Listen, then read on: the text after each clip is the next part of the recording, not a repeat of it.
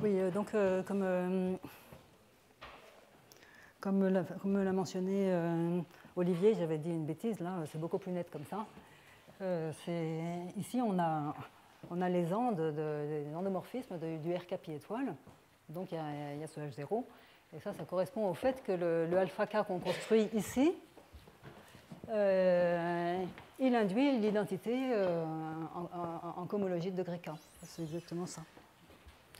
Voilà, bon, donc là c'est fini pour cette partie. Donc, ce dont je voulais parler dans la seconde partie, ici, peut-être de manière un peu plus informelle, c'est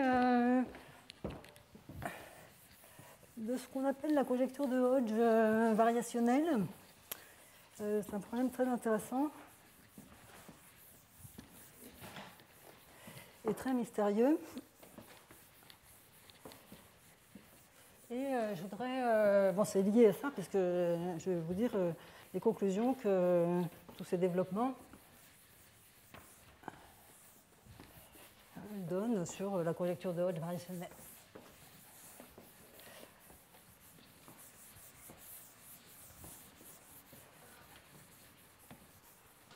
Donc,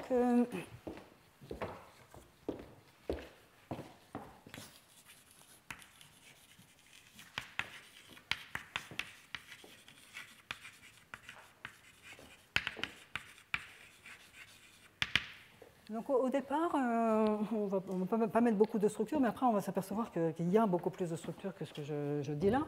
L'idée de la conjecture de Hodge variationnelle, c'est donc on a la conjecture de Hodge. On prend une variété algébrique projective avec une classe de Hodge rationnelle.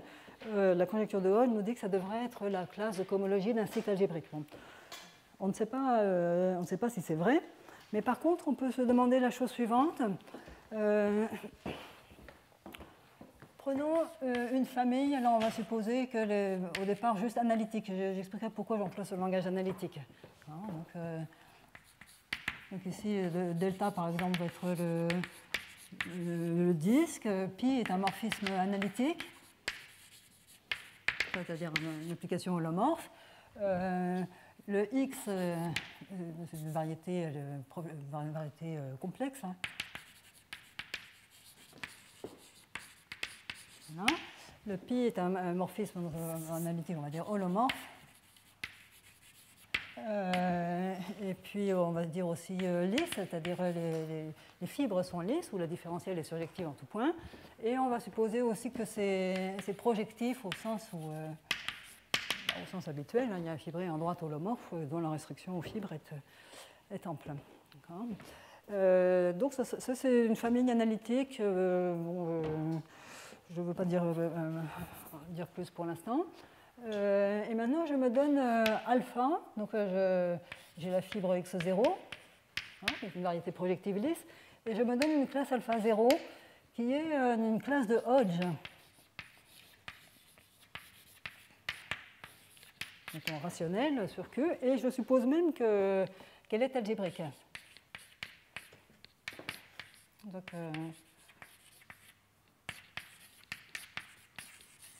ça veut dire que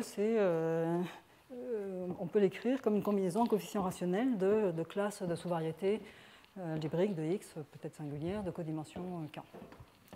Alors, et maintenant, ces classes de Hodge, elles sont contenues dans H de K de x0Q. Ça, j'ai déjà expliqué qu'à cause du théorème de fibration d'Erespan, c'est la même chose que H de K de xQ. Les deux ont la même topologie. Et donc, ça veut dire que ma classe alpha 0 ici, elle me donne une classe alpha tilde là-dessus, et en particulier, je peux la transporter parallèlement, c'est ce que j'ai déjà fait tout à l'heure. Donc, des classes alpha t. Je vais faire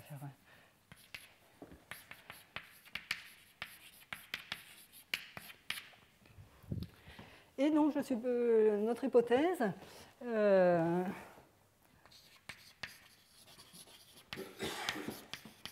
ça va être justement que alpha t est encore une classe de Hodge. Donc, quel que soit t, alpha t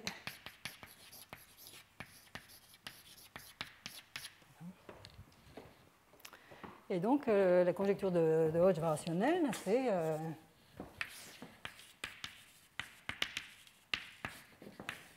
alpha t est-elle encore algébrique? Alors bien sûr, encore une fois, la conjecture de Hodge prédit que alpha t est algébrique en tant que classe de Hodge sur xt, mais là, la connotation ou le sens de la conjecture est un peu différent. On est parti d'une classe algébrique, on l'a déformée comme classe de Hodge, et on veut savoir si elle reste algébrique. Donc il y a quand même des espoirs que c'est plus abordable que la conjecture de Hodge en général. Alors, je voudrais expliquer les difficultés pour faire ça et en quoi les développements de la première partie permettent de dire quand même des choses dans notre...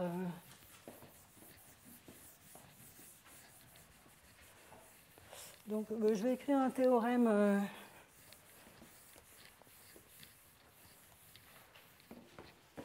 ici. Alors, je mets théorème entre guillemets, parce que c'est un théorème conditionnel, mais c'est pour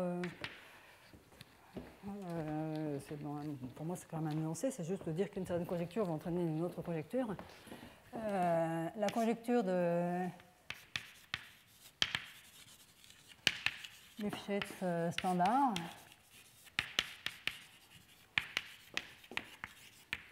entraîne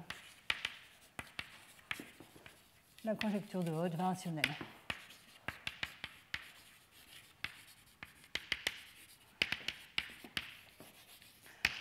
Alors, c'est pas vide comme énoncé, c'est certainement qu'une conjecture en entraîne une autre, mais la conjecture de Lefschetz standard, c'est un cas très particulier de la conjecture de Hodge qui concerne donc ces classes de Hodge qu'on obtient en regardant les inverses des isomorphismes de Lefschetz. Alors on sait que c'est puissant, ça me permet ça permet de dire des choses intéressantes, mais en tout cas, c'est un peu différent de la situation qu'on a ici, où on a des classes de Hodge qui, a priori, ont comme seule spécificité d'être obtenues en déformant une classe algébrique sur une fibre x0. Alors, il y a une autre manière de formuler cet énoncé qui nécessite un peu plus de connaissances, mais qui a l'air un peu plus positif, un peu moins conditionnel.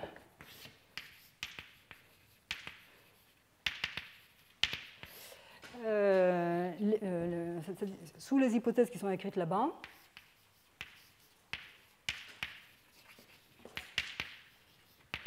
eh bien, la classe alpha t, enfin les classes alpha t, est motivée. Motivée au sens d'Yvandré.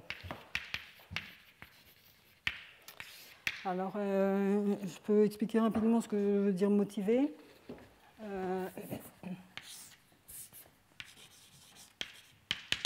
Donc, les classes de Hodge,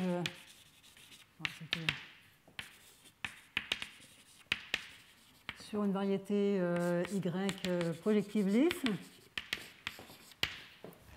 eh bien, c'est quoi? On va dire que c'est le plus petit ensemble, ça c'est l'espace de vectoriel, un Q espace vectoriel, de classe de Hodge, contenant bien sûr les classes algébriques,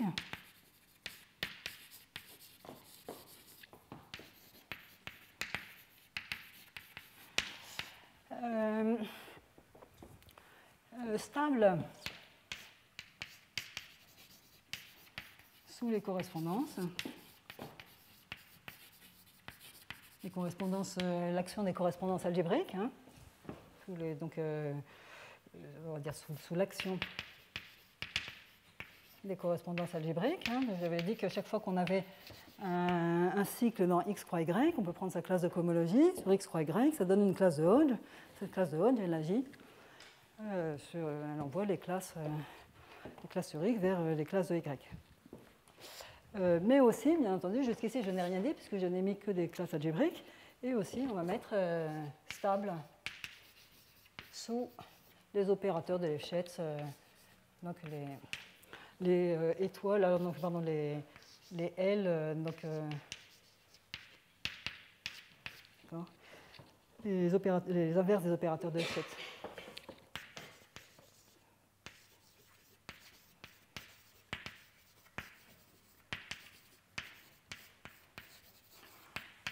voyez, ces énoncés ne sont pas très différents. Si on a la conjecture de Lefschetz standard, ces classes d'opérateurs de Lefschetz sont données par des classes de correspondance algébrique, et donc on n'obtient rien de plus que les classes algébriques. Et donc à ce moment-là, on obtient ça. Donc là, c'est une version un peu plus précise. Alors, bon, ça va. Ces énoncés-là vont apparaître à la fin lorsque j'aurai expliqué surtout les énoncés de structure qu'on a pour les lieux de Hodge. Parce qu'après ça, essentiellement, il n'y a plus qu'à appliquer la machine du début. Donc, je vais garder cet énoncé là. Et là, je vais vous expliquer un petit peu ce qu'on peut dire sur ce problème et sur les lieux de Hodge.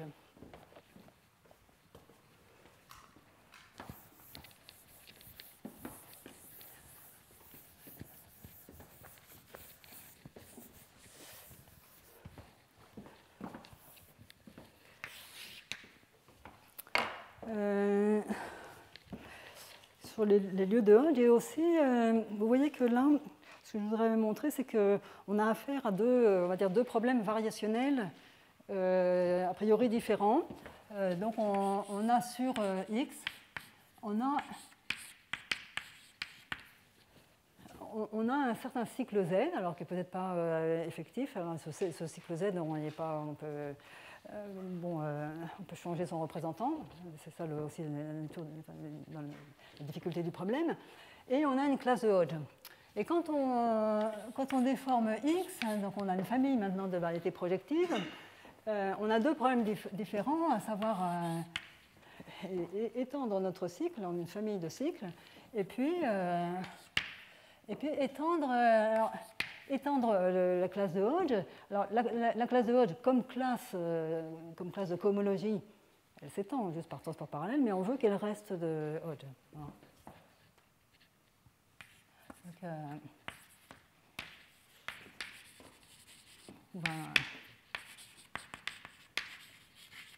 Donc, ce sont deux problèmes de théorie des déformations.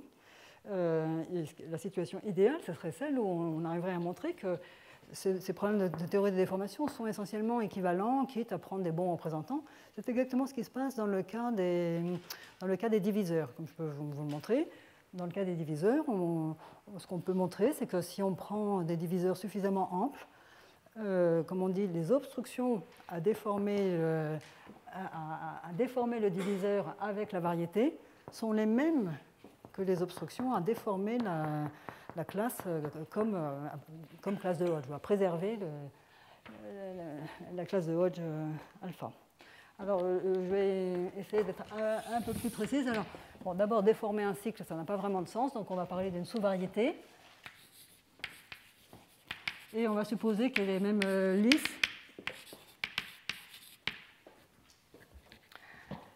de la fibre centrale. Alors, on peut faire des choses, bien sûr, dans des cas plus généraux, mais en général, la théorie des déformations des sous-variétés non lisses, c'est quand même quelque chose d'assez compliqué.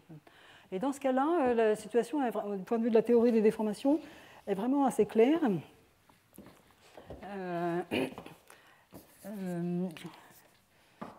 Donc, regardons les déformations du premier ordre. Donc, on va s'intéresser aux déformations de la paire ZX. Donc, c'est-à-dire qu'on cherche, étant donné une déformation de X, à étendre, mettons paramétré par une base, à étendre ça en une déformation de la sous-variété Z dans X, tout ça plat au-dessus de la base. Bon, mettons que ce soit notre delta. Bon. Alors, on comprend très bien ce qui se passe, au moins au niveau formel. Alors là, je vais me contenter du premier ordre, parce que c'est vraiment ce qui est le plus facile à comprendre. Bien, donc, au premier ordre, donc, ça veut dire qu'on remplace notre disque delta par juste un vecteur tangent. Et donc, on a un x epsilon. Et ici, donc, c'est quoi? Ben, c'est juste le 0 avec une direction infinitésimale. Donc, c'est spec C de epsilon sur epsilon 2. Et une telle déformation des premiers ordres,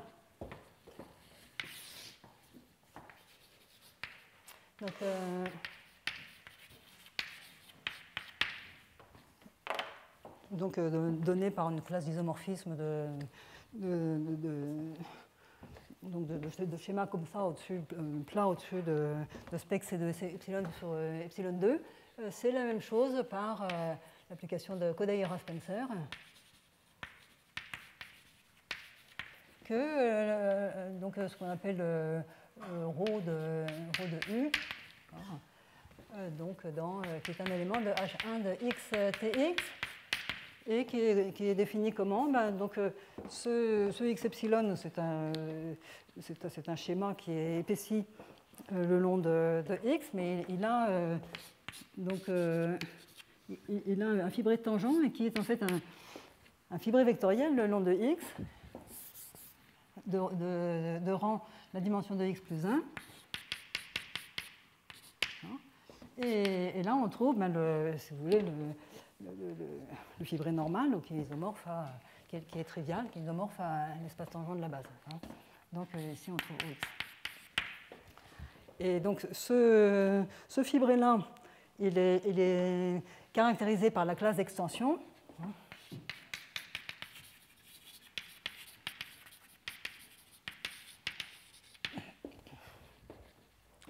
Et une fois qu'on a, la classe d'extension nous donne le fibré, mais en fait la donnée du fibré, pas très difficile à voir, permet de reconstruire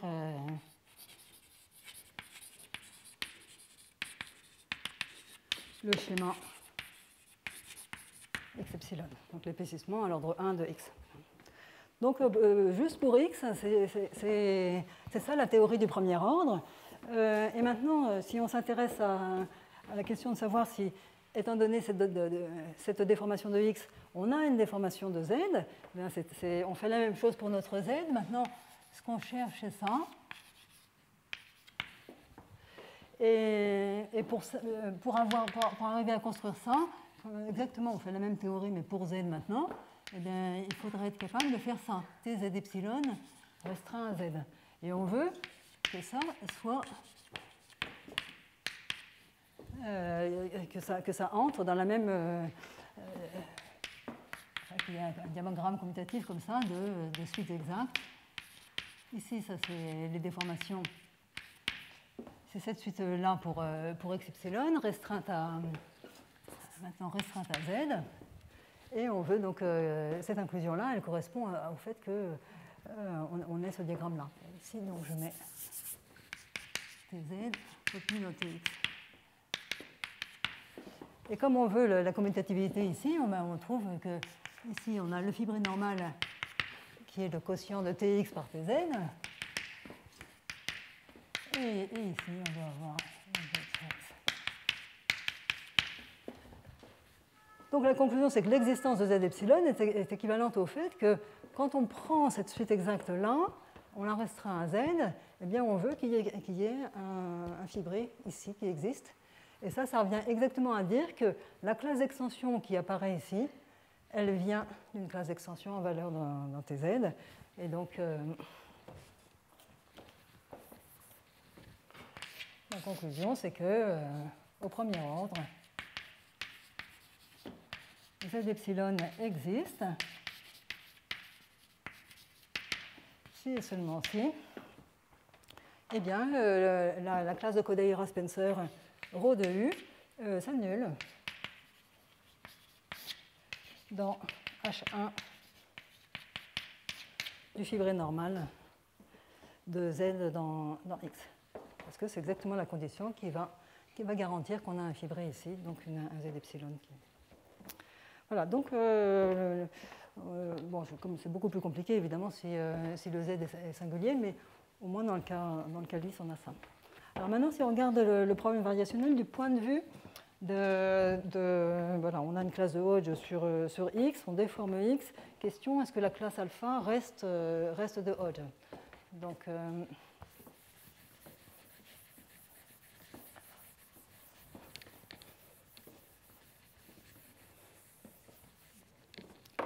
Donc, le problème de déformation.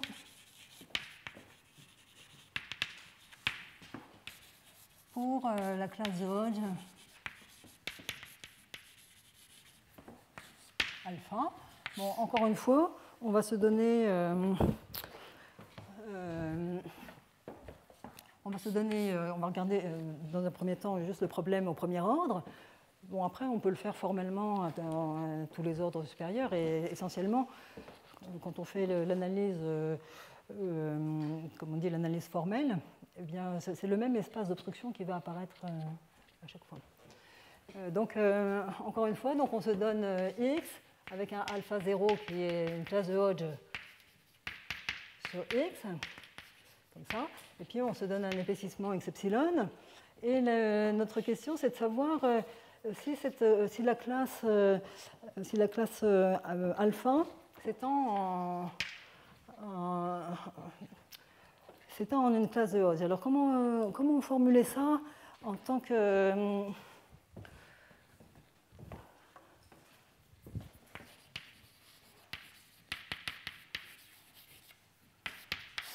Alors,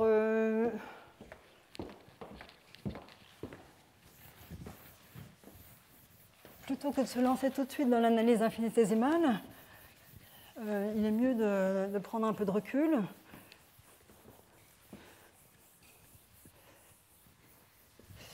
Se placer plus généralement donc, comme ça, dans une famille au-dessus d'une base U. Donc U, ce sera une boule, ce sera comme mon disque tout à l'heure, pour qu'il n'y ait pas de monodromie. Et donc je vais prendre ma classe alpha qui est là, donc, qui est dans la fibre centrale. Donc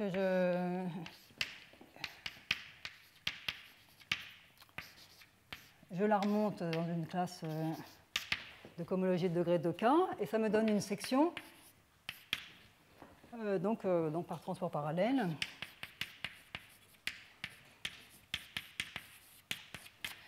Bon, je vais analyser la condition que ce alpha t reste une classe de Hodge, et pour ça, eh bien, donc on va appeler U alpha, ce sera l'ensemble des t, et que alpha t est une classe de Hodge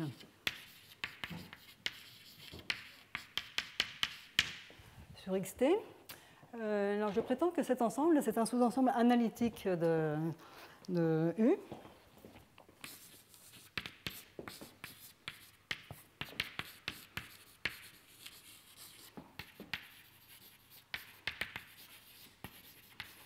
Et donc on appelle le lieu de Hodge de alpha, et l'analyse infinitésimale viendra ensuite dans une minute. Et donc la démonstration nécessite quelque chose que je n'ai peut-être pas mentionné jusqu'ici. C'est le fait que la filtration de Hodge sur la cohomologie à coefficient complexe des fibres varie holomorphiquement. Et donc ça se voit sous la forme suivante. Donc on a notre système local, H de K, Q, et notre section alpha tilde, on peut la voir comme une section de ce système local sur U. Maintenant, associé à ce système local, on a le fibré vectoriel holomorphe, plat, de ces sections holomorphes.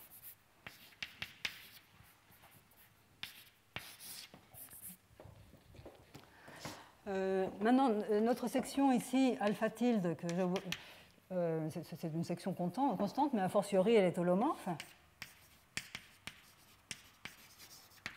Et notre condition que alpha est une classe, alpha t est une classe de Hodge, ça équivaut à dire que alpha t est dans fk, h de k de xt. Où le fk est le fk de la filtration de Hodge. Alors,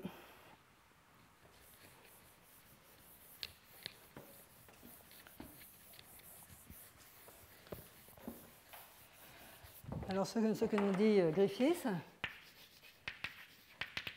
c'est qu'on a un sous-fibré holomorphe, FK avec le K. Donc,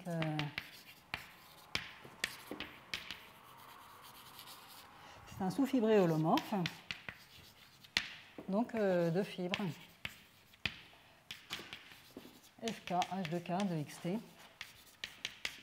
contenu dans H de K de XTC. C'est une manière de dire que la filtration de Hodge varie holomorphiquement avec la base si on la voit comme une filtration de Hodge variable sur un espace vectoriel fixé. Alors maintenant, la preuve du lemme en résulte tout de suite, parce que donc, on a notre U alpha est défini par l'annulation de alpha tilde. Alors, comme je l'ai dit, alpha tilde, a priori, c'est une section de ce système local, mais du coup, ça devient une section holomorphe plate de ce système. Et après, je peux la projeter dans le quotient H de K sur FK H de K. Et du coup, notre U alpha, c'est le lieu des zéros d'une certaine section holomorphe d'un fibré vectoriel sur U.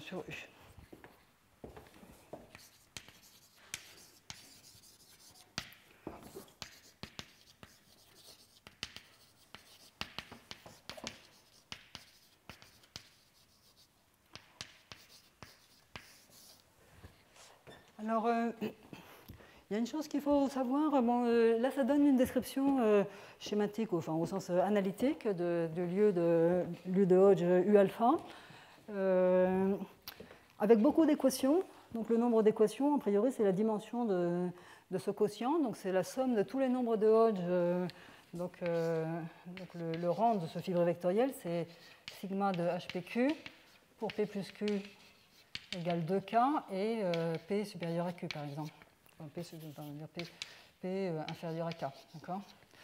Mais en fait, il se trouve que à cause de la transversalité de Griffiths, il y a moins d'équations.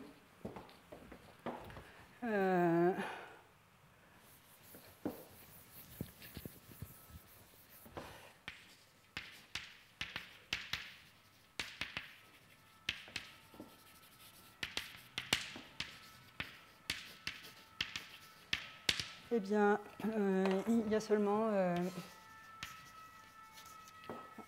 beaucoup moins. Enfin, les seuls qui vont contribuer à donner des équations indépendantes, c'est le HK-1, K plus 1 équation.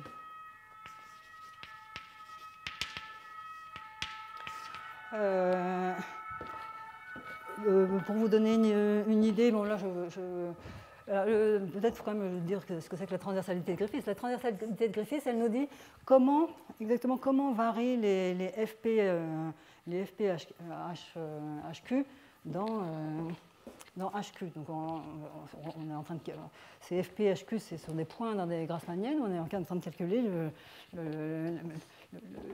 de quelle manière c'est. Quel est comment peuvent varier ces sous-espaces. Et donc, ce que nous dit Griffiths dans ce cas spécifique, c'est que nabla FK, donc nabla, c'est la connexion de Gauss-Manin, donc essentiellement, si vous... c'est le langage correct si on ne choisit pas de trivialisation, mais dans ces trivialisations où on peut considérer que les classes de cohomologie sont constantes, nabla, c'est juste la différentielle au sens usuel. Donc, si vous pensez en termes d'un espace vectoriel fixé sur lequel la filtration varie, vous oubliez nabla et vous le remplacez par un différentiel usuel.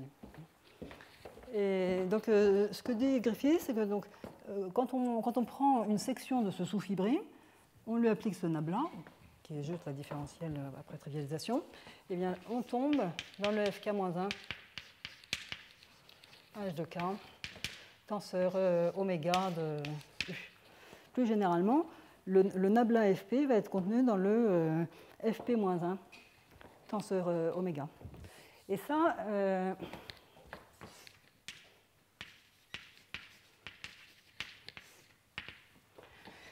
alors ça a une incidence directe sur les lieux de Hodge, parce que du coup, on voit assez facilement que les équations sur le plan infinitésimal, sur le plan infinitésimal, on a décrit les équations définissant le lieu de Hodge, c'est-à-dire où la classe alpha reste dans le FK. Et les différentiels de ces équations, elles vont être restreintes à cause de ça. Donc on trouve que on va dire les conditions infinitésimales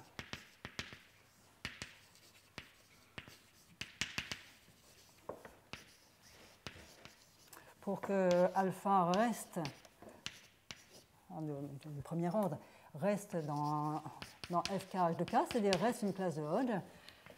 Ces conditions sont dans les équations infinitésimales sont dans HK-1, K plus 1 de X. Bon, là, pour être tout à fait formel, j'aurais besoin d'un peu plus de temps, mais ce que je voulais vous les expliquer, c'est comment maintenant les deux problèmes infinitésimaux sont liés et pourquoi on a un problème majeur et qu'on ne sait pas résoudre la conjecture de Hodge variationnelle vraiment par des moyens directs. Donc je reviens à ma situation. Donc comme ça. Et donc on a alpha égale la classe de Hodge de Z. Donc je prends U, une déformation infinitésimale. Alors là, j'ai tout fait au premier ordre. Donc ça, c'est quelque chose qui est dans H1 de Tx. J'ai tout fait au premier ordre, mais cette analyse marche à un ordre arbitrairement grand. De X. Alors j'ai dit qu'il y avait cette obstruction O de U qui est dans H1 du fibré normal de Z à déformer Z avec U dans cette direction. Et par ailleurs, bon là cette analyse que j'ai faite un peu vite, l'obstruction infinitésimale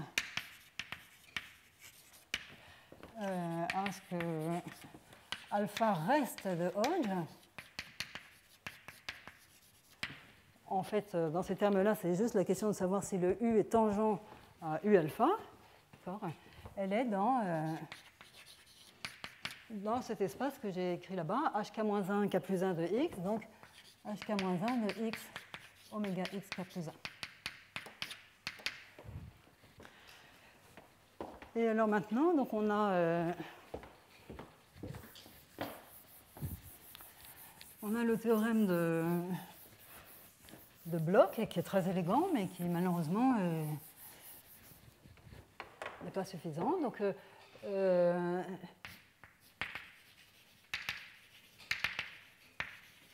a l'application de semi-régularité de Bloch, qui envoie H1 de NZ sur X dans H K plus 1 de X oméga X K-1. Alors, comment elle est construite? Elle est tout simplement. Alors, on va supposer que n est la dimension de X. Et donc, pour définir cette application, donc, je vais l'appeler, je ne sais plus, je vais l'appeler D2 pour une raison obscure. On va définir plutôt la duale, la transposée. Alors, donc, transposée au sens de serre. Donc, comme j'ai introduit comme j'ai n égale dimension de x, les duos de serre ici vont être hn-k-1 de x oméga x n-k plus 1 allant vers hn-k plus 1, puisque la dimension de Z, c'est n-k.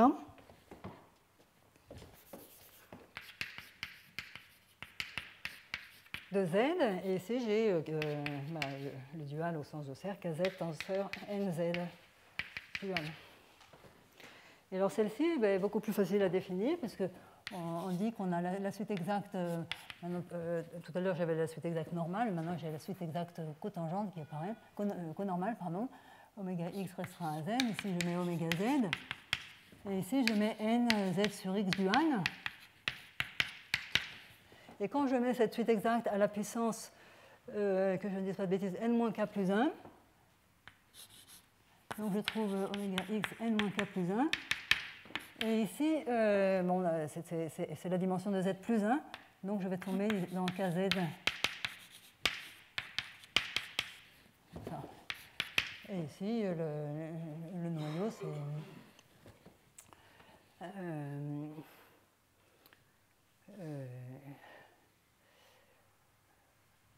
bon, enfin, ça n'est pas important. En tout cas, j'ai cette flèche-là. Et donc, cette flèche-là, maintenant, elle induit exactement ce que je veux en prenant la cohomologie de degré n-k-1.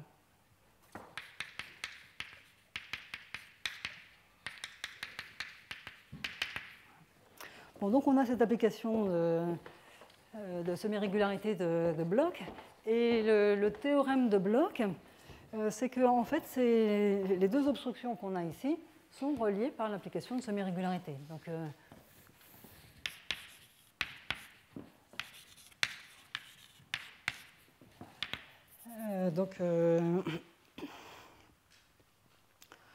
on va mettre, là on va appeler ça O de alpha. Hein.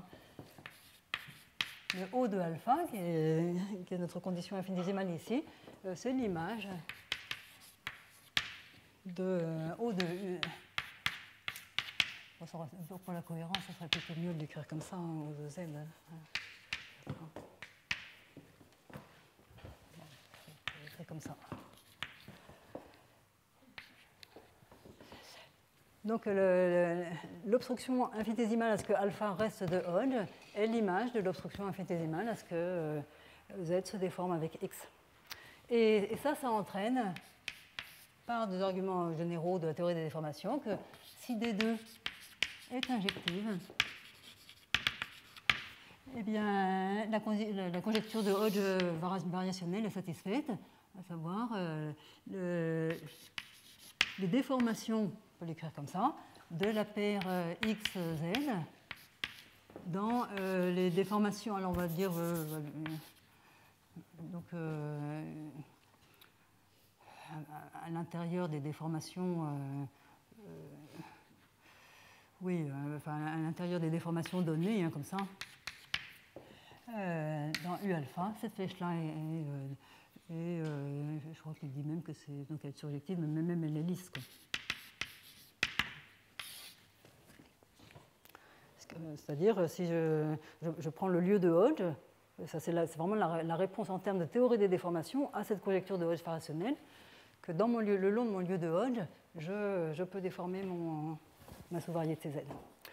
Alors, ça marche admirablement dans le cas des diviseurs, parce qu'on voit très facilement que si on prend des diviseurs suffisamment amples, l'application de semi-régularité va être injective, et donc, dans ce cas-là, on a, comme on peut s'y attendre, malheureusement, on a déjà la conjecture de Hodge pour le cas des diviseurs, donc ce n'est pas passionnant. Mais ça marche. Donc ça donne un élément de réponse. Mais maintenant, il y a un problème dramatique.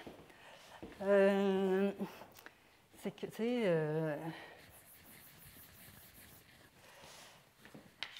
voyez, ça, c'est ce que j'ai décrit là, c'est une première approche, a priori, enfin, l'approche qu'on aurait envie de tenter, du point de vue de la théorie des déformations, pour résoudre ce problème de la conjecture de Hodge variationnelle, à savoir vraiment par des arguments d'analyse des obstructions. Bon. Et ce que nous dit Bloch, c'est que si on avait suffisamment de sous-variétés satisfaisant la condition de semi-régularité, donc avec un D2 injectif, eh bien la conjecture de Hodge variationnelle serait satisfaite. Donc le problème est trouver, on va dire, des représentants donc satisfaisant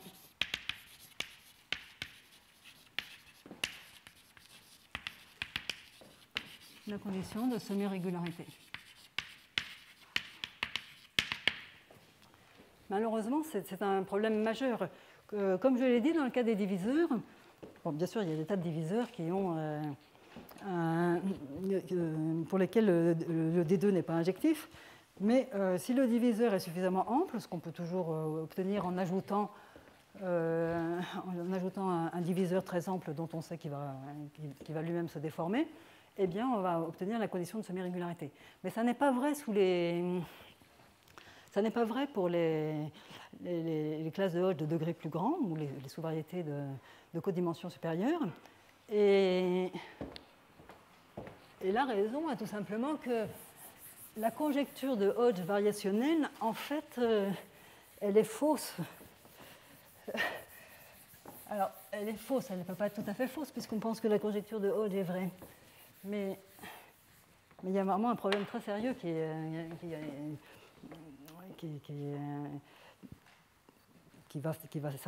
empêche cette stratégie de marché. C'est ça, c'est que la conjecture de Hodge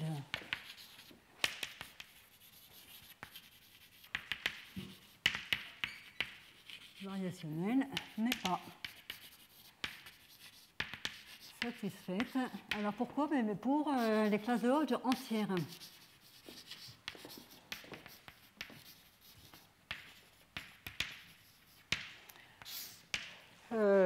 Donc ça veut dire que, par exemple, il est hors de question de suivre cette stratégie en disant bon, ben, je prends un Z, peut-être qu'il n'est pas semi-régulier, mais je le remplace par un cycle qui est de classe Z plus un multiple d'une section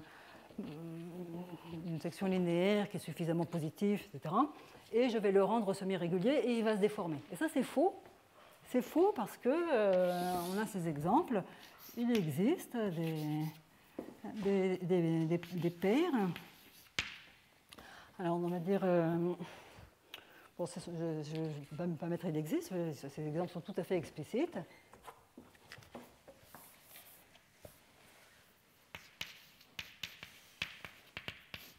Bon, on prend des hypersurfaces. Alors, ce qui est important dans les exemples de Colin, c'est que le degré soit très divisible. Donc, on va prendre le degré D puissance 4, d'accord, avec un D au moins 2. Et alors, on regarde la cohomologie H4 de XZ. Ça, c'est Z. Et le générateur alpha, c'est celui qui est de degré 1 par rapport à la classe d'une section hyperplane.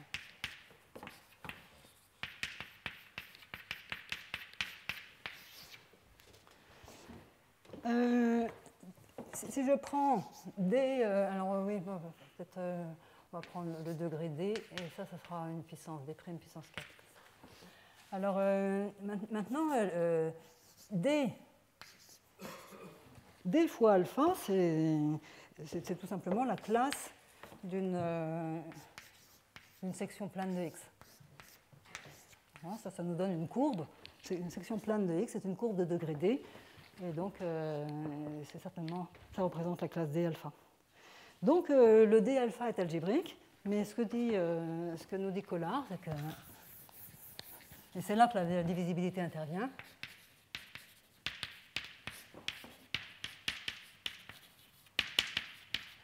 Si on prend l'équation de X très générale, la classe alpha n'est pas algébrique.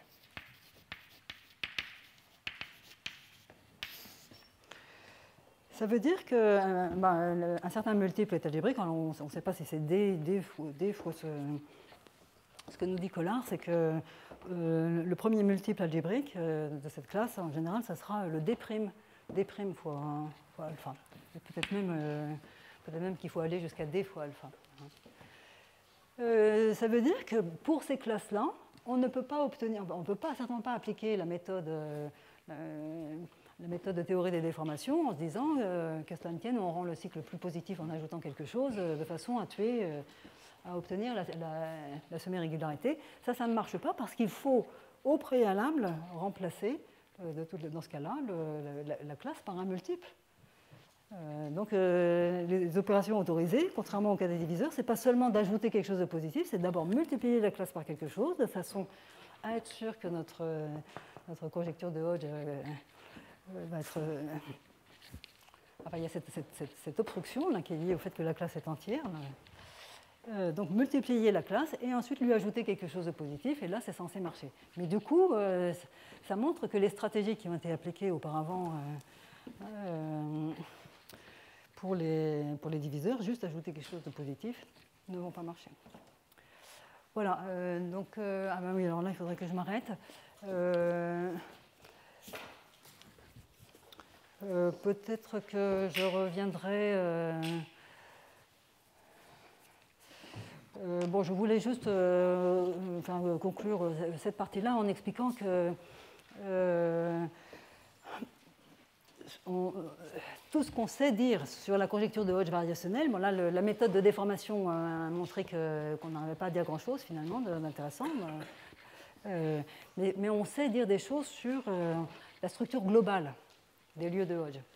Et grâce à ce qu'on dit, à ce qu'on sait dire, et grâce aux énoncés de structure, ou enfin, les résultats qu'on a montrés précédemment sur la topologie des familles, eh bien, on peut conclure à ça. Donc peut-être que je terminerai ça au début de la prochaine séance, avant de passer plutôt aux applications de la théorie des structures de Hodge mixte à d'autres questions qui concerneront plutôt la topologie la cohomologie des sous-variétés singulières, par exemple.